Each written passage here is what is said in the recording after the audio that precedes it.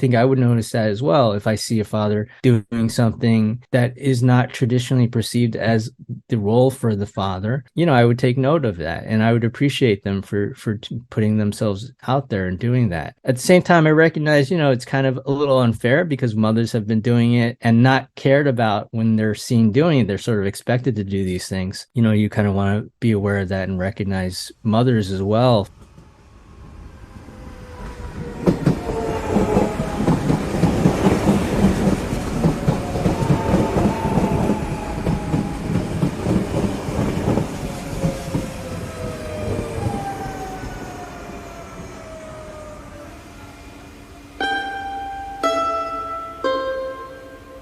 Welcome to Towards a Kinder Public, a podcast exploring issues in public space and ways to design kinder space that better meets our interconnected needs.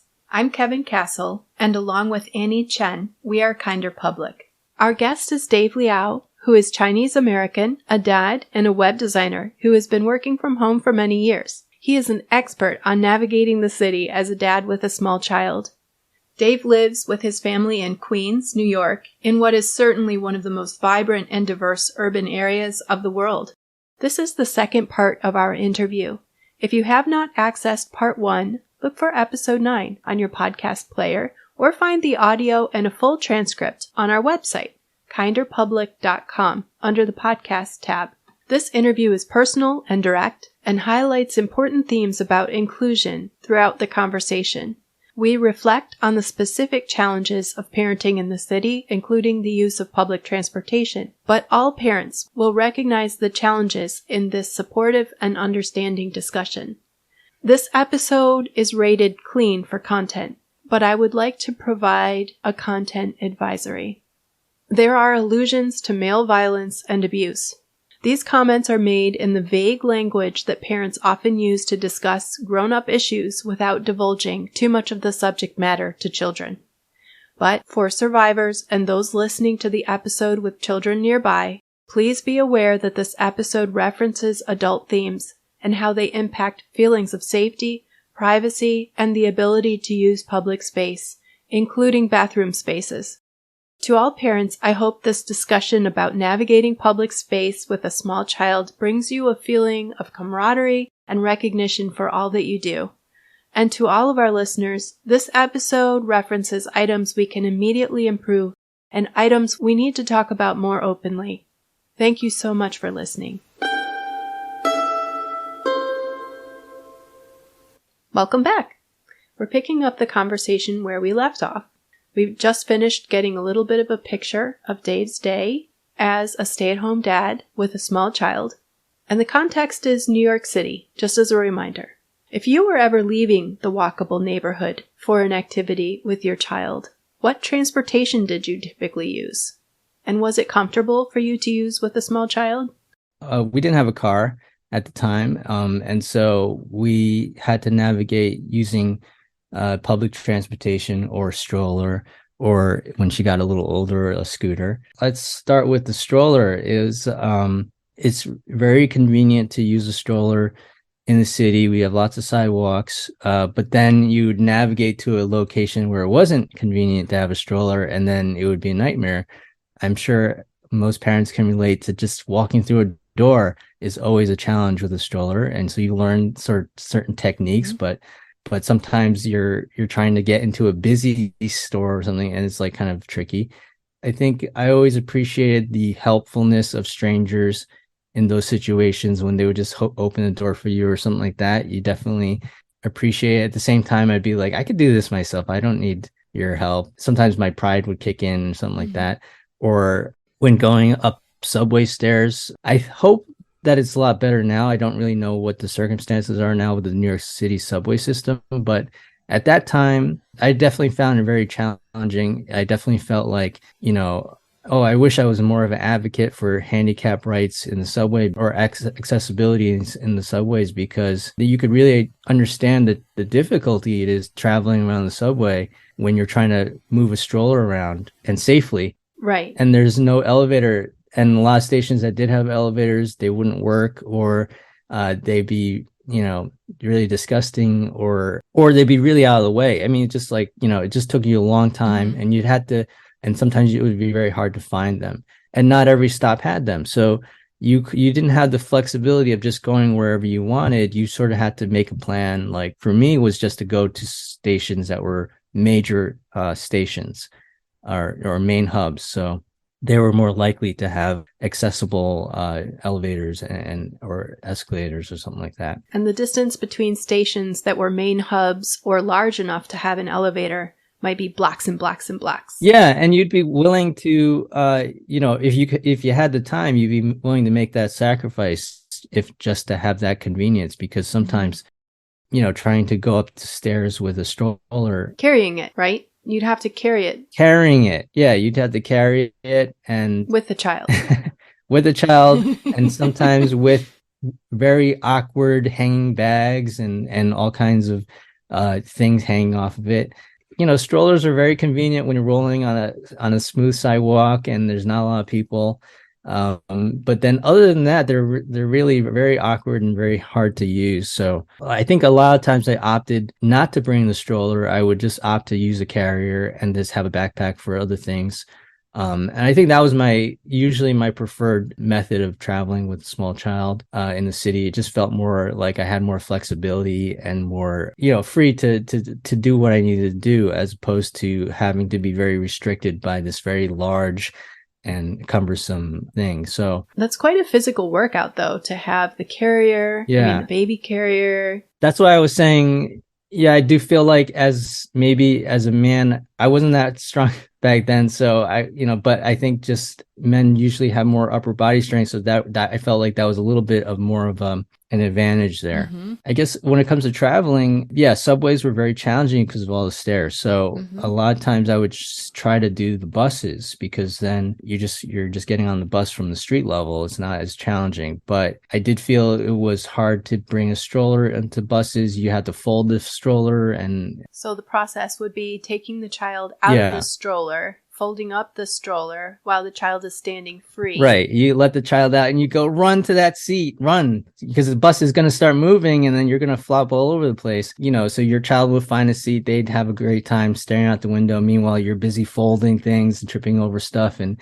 trying to lug everything to the seat and find a seat. And then at the same time, trying to make sure your kid is not touching weird stuff or licking stuff. And, and that reminds me of like being a dad. I felt that people did notice me as someone taking care of a small child, I think differently than they would notice a woman or a mother or a babysitter or any woman. So I think sometimes it would be a look of concern, because it's like, okay, who is this guy? And is because my daughter is biracial, right? So she's half white, half Chinese.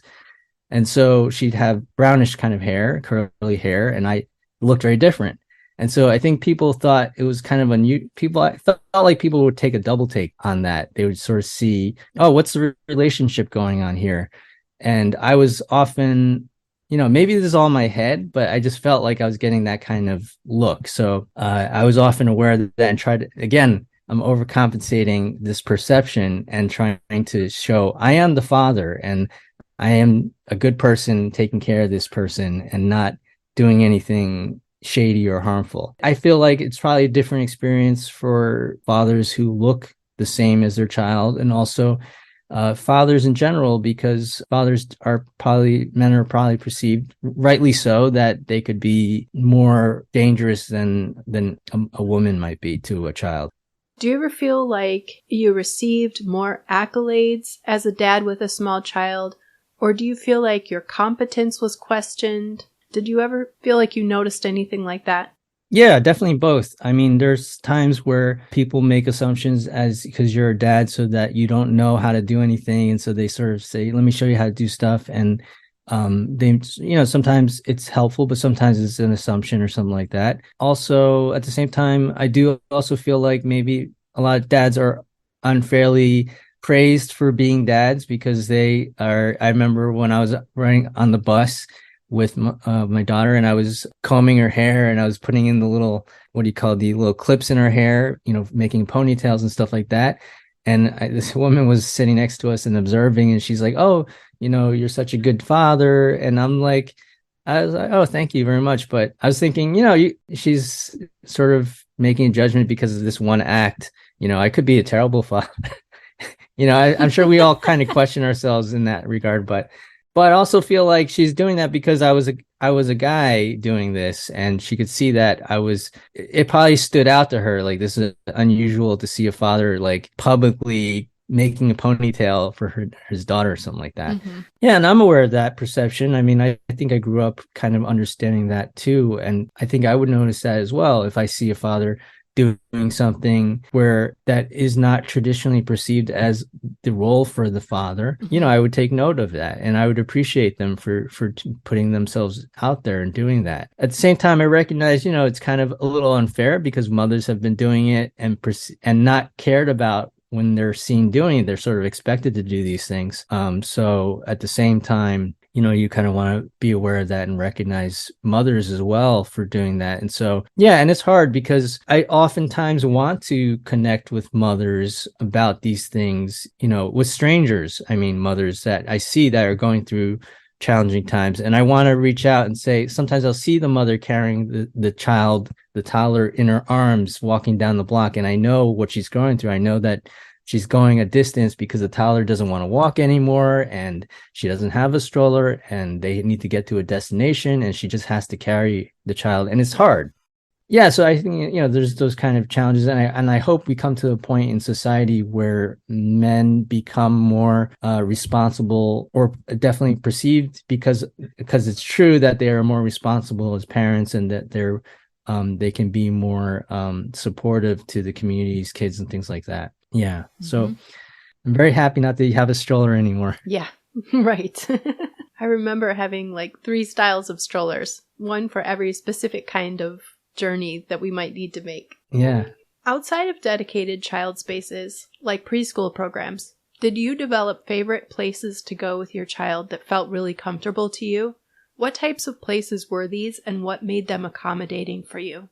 Well, that reminds me of the services you provided back when we first met, which was the art class. So, so all these kind of classes for your little kids, to have those resources in the community were very valuable and very helpful. Especially your class. I remember your style of letting the kids explore art in a very free, not overly structured way, really let them enjoy it.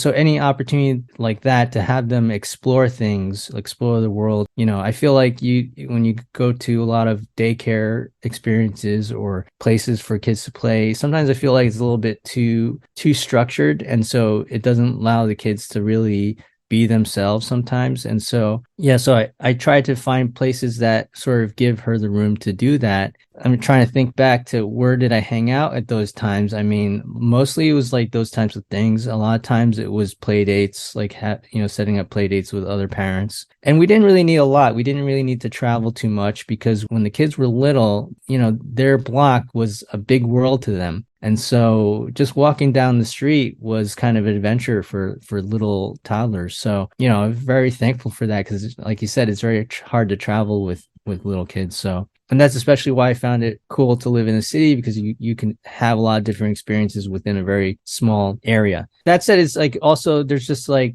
constant dangers. There's not a lot of green spaces where I live. So it was always a bit of a challenge to find spaces that were outdoors, that were safe and nice for small kids to play. Even going to the playground when you had a toddler felt a little risky because there were a lot of bigger kids running around that could knock your kid over. And a lot of the surfaces were kind of hard, and it didn't feel like it was ideal for really small kids. So you'd have to find the right type of playground that could accommodate smaller kids. Yeah, I mean, I definitely tried to go to parks as much as I could, whether if I had to take the subway or a bus to get there, it was worth it because, being in the city, you definitely don't want your kid to be afraid of grass growing up or anything like that. So, sometimes you hear these stories where kids, they don't see snow or they don't see grass for the first time and it freaks them out. So I always have that in my back of my head, and always trying to give her as many experiences as she can have So she sort of has this, she can cope with all these different environments. So Mm-hmm. if you go to stores and stuff like that, that's another place for kids to explore things. So a lot of times I would just take her to the local drugstore, like Rite Aid or something like that, and just let her explore the shelves because there's all these things. And then, you don't have to worry about them breaking things or destroying things or something, or doing things that, because those are areas that are usually designed for public interaction. Another place is our during the day are pubs, because they are usually pretty empty in the daytime. And so, and they're also built very sturdily, and you don't have to worry about a kid climbing chairs or seats and things like that, or making a mess, because that's what they're designed for. They're designed for adults to do that at night. So, it takes the pressure off as a parent, because a lot of times you go to a restaurant, at first I think we tried to go to nice restaurants where we like to eat, and then we tried to have an experience there with a small child, and it was a nightmare because your kid would start crying and destroying the experience for the other guests who didn't have children. And so you learn quickly that those places weren't really for you anymore. You have to go to a place that is more accepting of children, and also has the environment that your child can feel free to be themselves without, worrying too much. So, and there's no tablecloth involved. yeah, for pulling down and destroying everything. Yeah. I love the way that you explained that. That's true. In your neighborhood, there's a lot of really nice family-oriented pubs with outdoor patio areas, and it's really ideal for kids. And they have sturdy furniture. Yeah, exactly. So carrying on with that topic, were there particular amenities that you looked for at a destination to know if the place would be comfortable and accommodating for a dad with a small child? Yeah, I think, what you mean in particular is probably bathrooms, especially because, it's definitely a little tricky with men's rooms, right? It's a little bit weird to have a child in the men's room, like, because men, right? Because men tend to be more of a risk concern than women. I tend to avoid using men's rooms. I'd always try to find a family room, or I'd find a public space that I was comfortable using, like for diaper changing. And if she had to go to the bathroom, I would definitely try to use a family's room. But then, yes, I would have to end up using the men's room because I couldn't go into the women's room with her. And so, I would often look for spaces that had unisex bathrooms or had family bathrooms. You were finding single-occupant bathrooms, all gender bathrooms, right? Yeah, that wasn't too hard to find in the city, or in a lot of places. A lot of restaurants, they're usually unisex. They would have just one bathroom. And so you could bring your kid to that, and then you can make sure they're okay. But it was getting tricky when she started to go on her own, and she wanted to have that independence, and then she wanted to use the women's bathroom on her own. That was a little bit of a trying time, because then I would be, we'd be in different places in the public, and she wanted to use the bathroom, and I would take her to the bathroom, and then I would linger outside of the women's room, waiting for her, and kind of leaning in towards the door, because I want to make sure, I'm a little nervous, and, there might be somebody else in there, and I'm nervous about that.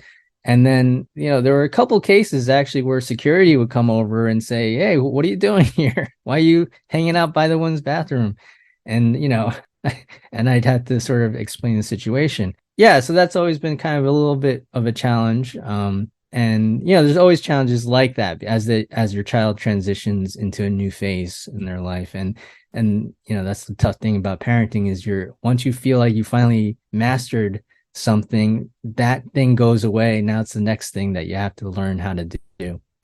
Just to clarify, for people who might not have the same familiarity with New York City and the restaurants and spaces there, it wasn't that you were necessarily finding family bathrooms. There were a lot of single-occupant bathrooms, a smaller bathroom not assigned to a gender, right? Right. Yeah, exactly. I was going to ask you if you were able to find many men's bathrooms with diaper changing facilities, but it sounds like even if they had been there, you would have preferred the family bathroom or the single occupant bathroom. Yeah. Because I think it's just weird to have, do baby changing in the men's room. Because you're just more I think I'm more concerned about like, I'm a man, but men can be gross sometimes.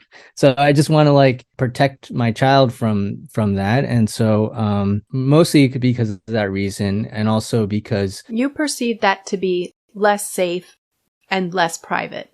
yeah. I mean, I'm sure we've all encountered, lewd behavior or, men being weird about things. And so, so I think that's why I just didn't feel comfortable using the men's room for that purpose unless I really had to. And I prefer to use like a family designated room with a, chain table. But a lot of times what I end up doing was just find a bench or something where I'd feel safer, like using a bench or a chair under, you go to a table with a chair and change your child on the chair so you'd have some coverage. And so, yeah, a lot of times it would just work out like that. This might not be the case at all, but I'm wondering if insufficient access to accommodations, perhaps due to society's gendered expectations around caregiving, or just due to a general lack of the types of spaces needed for infants and children, ever discouraged you from visiting activities that were farther away from your neighborhood because you weren't sure that you would be able to have access to the spaces and privacy that you needed, or the opportunities to handle other tasks like heating up a bottle or things like that? It's kind of far away from me for me to remember. Fair enough. Yeah, it's hard to remember, but yeah, whether did I have any limitations, I think that kept me from traveling to places. There are just so many obstacles when traveling, even short distances, that any kind of long distance travel would sort of be avoided because it was just so hard to handle napping, to handle feeding, to handle changing, and various other things, I guess, tantrums and so forth. So I don't know. It's sort of like you really had to pick something that was very, a place that was very versatile and had a lot of resources. So I don't know. I feel like I prefer to go places that were just really more like hubs of things so that you always have access to different avenues in case anything happens, which they often did. So To clarify, a hub might be a location with a lot of differentiated kind of spaces or facilities. What would a hub be? I guess a central location, like maybe an area or restaurant that's in a central location where it's close to transportation, where it's close to a lot of resources like bathrooms and spaces where you have options in case, you need to do stuff. Yeah, so not a place that's sort of isolated, like a store or a restaurant that's sort of isolated and doesn't have a lot around it, a lot of options around it to deal with whatever came your way. I was curious to see if you defined it the same way that I did. I think we have the same sort of sensibility about that, and what might be different for people who live outside a more densely built area and for people who own cars is that the parental retreat happens to a car, where you have that privacy, you have quiet, you might have additional resources that you've built up in your car, a kind of inventory that you're keeping there. But in the city, I feel like now that I've experienced both conditions as a parent, it's like you need to make sure that you have a variety of things available to you, and you might have to carry them everywhere. Because if you have to leave the area, you might have to be on foot for quite a while or on transportation for quite a while until you can get to that quieter area or that space. Yeah, I didn't think about that, but yes, the convenience of a car is definitely something that I wish I could enjoy earlier in those early years because, certainly for traveling and certainly for that reason, the privacy of like, having a private space that's available to you is, yeah, very much overlooked, I guess, when you're, deciding whether or not to have a car or not. On the other hand, of course, I prefer not to have a car because of the environmental impact, but and also the headache of having a car in the city is hard. But we recently got a parking space, and so we got a car during the pandemic, and we're not going to look back on that. If you have a parking space, you've won the lottery, right? Yeah, pretty much. And you just, it costs a lot, but you're like, oh, it's a very essential part of our lives to have that convenience and give us some level of sanity. Yeah, we used to have to plan everything more meticulously whenever we traveled or if we had to do some kind of shopping or something like that. And so having the parking space is very convenient to be able to do that. This may not apply, but I'm wondering, because you're a very hands-on dad and you take on a lot of the parenting responsibilities in your family, and that's not to minimize or understate the amount of work that your spouse is putting in, but you're both working very hard.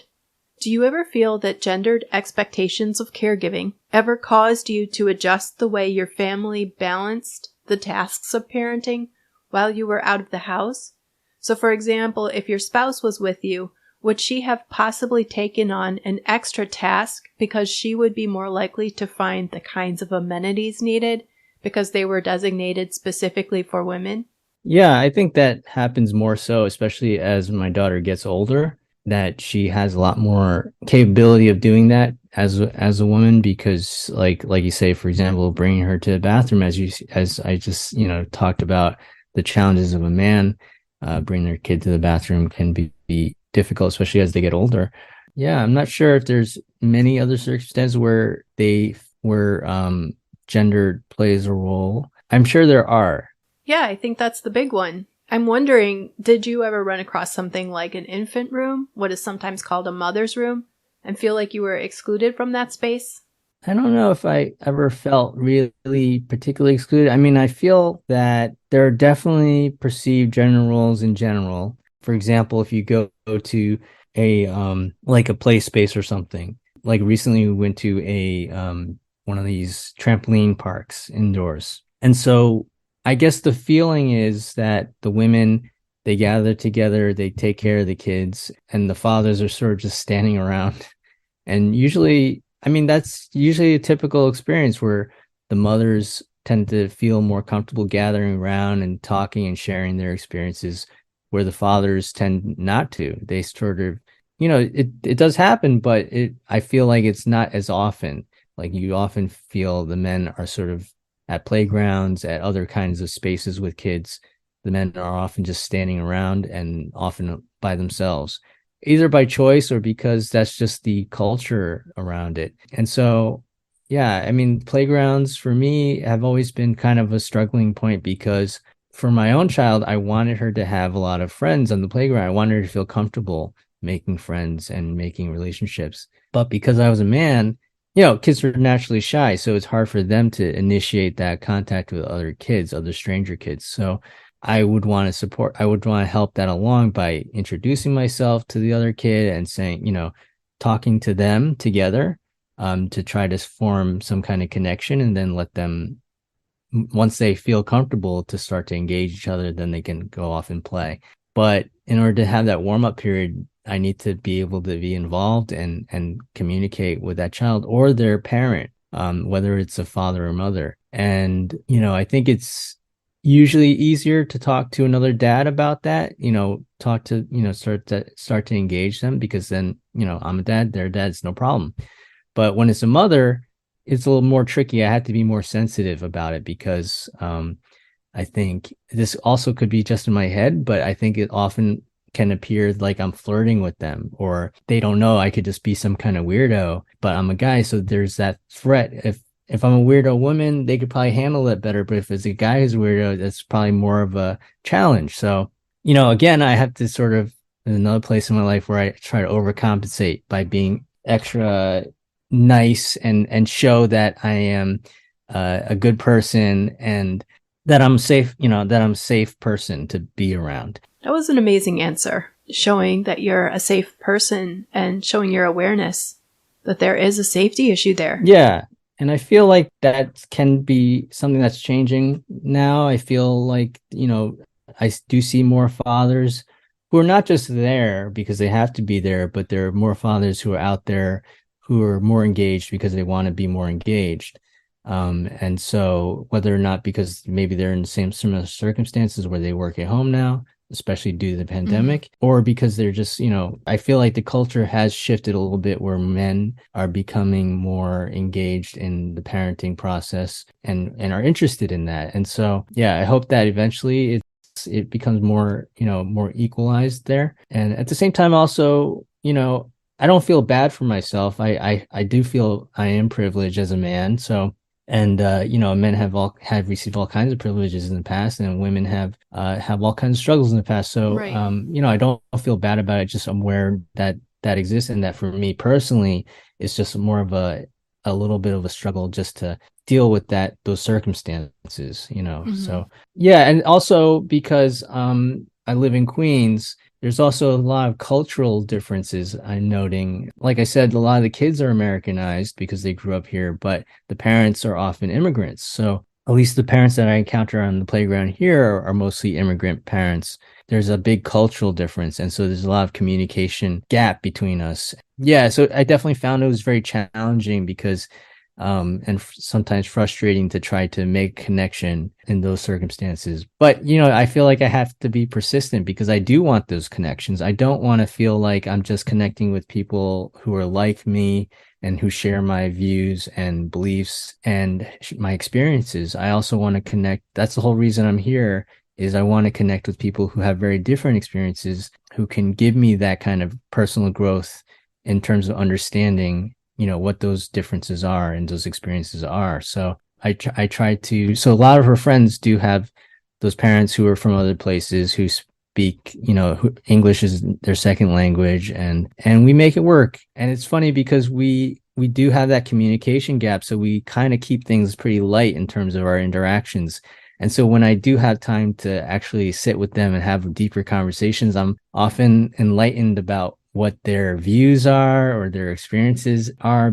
When you have kids also, I feel like a lot of times as parents, we don't have a lot of opportunities to have deep conversations or deeper experiences with other people because we're just very preoccupied with being a parent.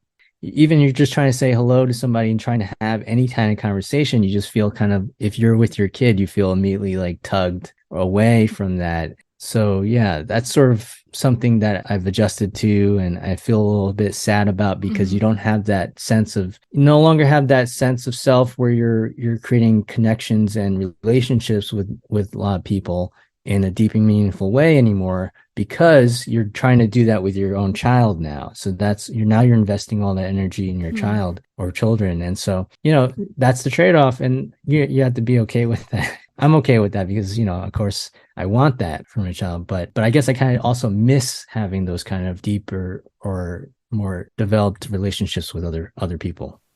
That was a very, very beautiful statement. Oh, thank you.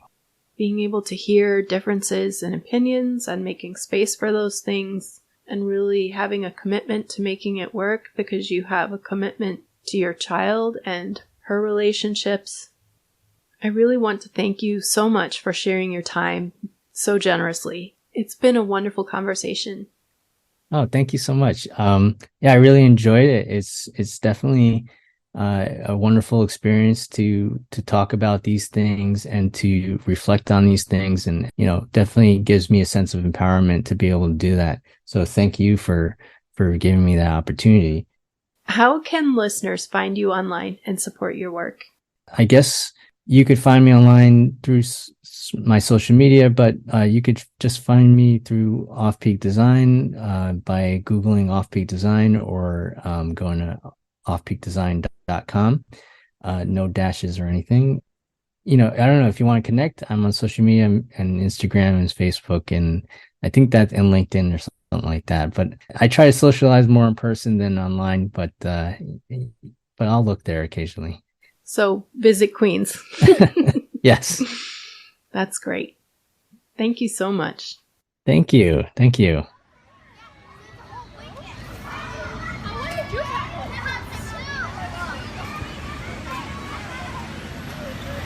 Subscribe to Towards a Kinder Public on your favorite podcast player, and please leave us a rating and a review. It helps increase the visibility of our message, and we really appreciate your support and feedback. To share information about issues in public space and spaces or businesses that are doing things right, email podcast@kinderpublic.com. Links to more information about the guest and topics mentioned, as well as a full transcript of the conversation, are available on the podcast section of our website, kinderpublic.com. Visit our website to also learn more about our work. I'm Kevin Castle. Our guest this week has been Dave Liao. Thanks for listening. I wish you a good week.